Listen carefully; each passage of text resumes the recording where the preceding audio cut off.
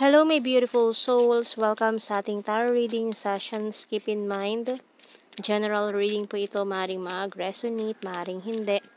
Kunin niyo na lang po kung para sa inyo and leave the rest.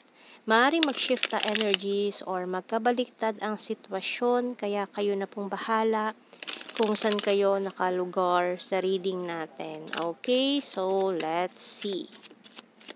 Wow, nahulog agad ang ating Wheel of Fortune.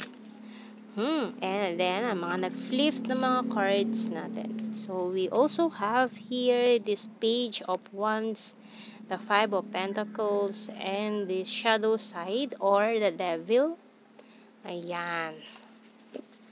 Oh, may marireceive kang message from this person na matagal na kayong hindi nag-uusap or bigla ka na lang hindi kinausap nitong taong ito. Maring Capricorn energy. So, tingnan pa natin more about this. Oh, Ten of Swords. And this Nine of Swords. Guilty energy. Meron siyang nagawang hindi maganda sa'yo noon. Ayan. And this Queen of Wands. The Nine of Pentacles. So, bottom card natin is the Four of Wands. Okay. So, meron siyang hindi magandang nagawa sa'yo noon. And ngayon parang nakokonsensya naman siya bigla, no? Or may something din kasi na naiisip tong taong to na nagiging dahilan kung bakit hindi rin siya makatulog sa gabi. Iniisip niya paulit-ulit itong mga nangyaring ito. Okay? So, tingnan natin. Signs and symbol cards. So, we have here fish, lighthouse, crystal ball, teddy bear. Magnet, and 3. Bottom card is, nahulog. Ito. Healing crystals. And then, nagpakita si snake card. Oh. Okay. So, ayan. So, you're trying to move on from this person. And, mukha kasing sinasabi niya dito na sayang naman. Sayang. Kasi ang lalim na ng pinagsamahan niyo nitong taong ito.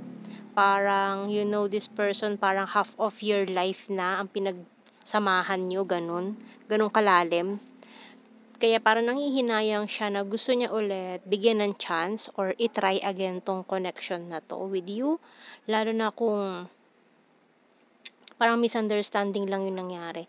Parang sinasabi niya kung parehas naman kayong single ngayon, bakit hindi nyo ulit itry again this time. So, tingnan natin. Pero syempre, depende yan sa usapan yung dalawa about sa feelings ninyo. Lalo na kung mutual pa rin itong nararamdaman ninyo. Can't let you go. Ayan. Di ka pa rin yung mabitawan. So, kahit na siguro matagal na kayong hindi nag-usap nitong taong ito, mukhang parehas kayong single with this Nine of Pentacles natin dito. And may obsession energy din akong nakikita na maaring isa sa inyo or parehas kayo na obsessed sa isa't isa. I want to marry you someday. Maaring nangako siya sa'yo na magpapakasal pa kayo tapos biglang nangyari yan na nagkaroon kayo ng separation or may nawalang parambula dito. Talking to you telepathically. And I want to see you this weekend. So, gusto niya makipagkita o para siguro pag-usapan kung may chance pa itong connection na to. Or siguro tatawag muna siya sa'yo or magma-message. Kasi baka hindi mo siya siputin sa pag-uusap ninyo na magkita.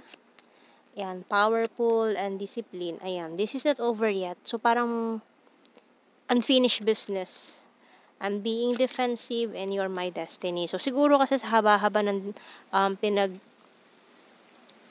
pinagsamahan ninyo and sa haba ng separation ninyo, mukhang may naka-realize na, teka, parang ito kasi talaga yung para sa akin So, itong taong ito na hindi maalis-alis sa isip ko, bakit ganun? So, mukhang gagawa siya ng way to to fix kung ano man meron kayo na nasira noon. And bottom card, ayun no, lumabas to, I'm addicted to you. So, may obsession energy nga na maaaring sinabi niya yan noon, tapos nagulat ka na lang, may biglang umiwas siya. Pagkatapos niya siguro sabihin yun sa'yo ay bigla siya nawala. Or siguro natakot or kung ano man tong dahilan niya ng pag-iwas sa'yo noon, bigla siya umiwas, hindi na nagsabi kung bakit, anong dahilan niya. Okay, so tingnan natin. More messages from the hidden truth. I don't react when people mention you. Deadma lang din ha. I want to be more than friends. So, siguro may na friend zone or nag-end yung connection ninyo, communication ninyo as friends, tapos hindi na kayo nag-usap. Mukhang ano lang kayo nitong taon to in nag-ano lang, tawag dito, talking stage, ganun. Mukhang malaki ang percentage na hindi naging kayo or situationship, ganyan. Pagkatapos ng talking stage, may nang ghost. Tapos, parang nag-end into a friendship na lang or na friend zone. Ayan. So, I'm so attracted to you. I'm becoming a better person. I wish things could be different. I love you. I hope that you can forgive me one day and I want to tell you how I feel.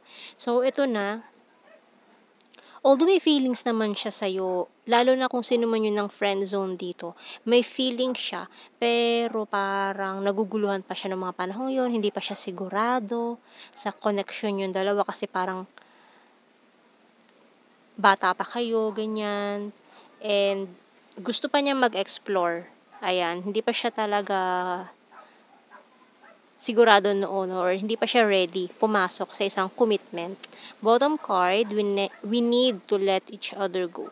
So, kaya yun, nag-let go siya. Kasi inisip niya, baka hindi naman pa kayo yung para sa isa't isa.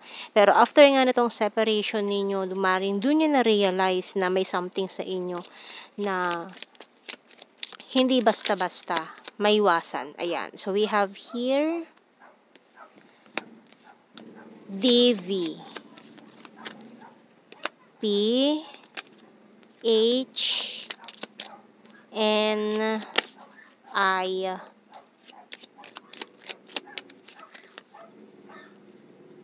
Y E L, lay. And our bottom card. So, kuha tayo ng blue card natin. We have here, obsession. May na-obsess. So, siguro kasi parang naging possessive. Ayan, natakot siya sa obsession na nararamdaman niya, kaya siya umiwas. May umiwas kasi dito eh. Parang siguro inisip niya hindi healthy yung nararamdaman niya kasi parang na-obsess na siya. Kailangan niyang gawa ng paraan para matigil yung obsession na yon. So, we also have here confessions and acceptance. So, ang dami confessions again. So, lumabas na naman to. Ayan. So, aaminin niya itong mga totoo. Kasi dati parang nagkunwari siya about dito sa separation ninyo or no contact situation. So, tingnan natin sa general signs and the messages natin dito.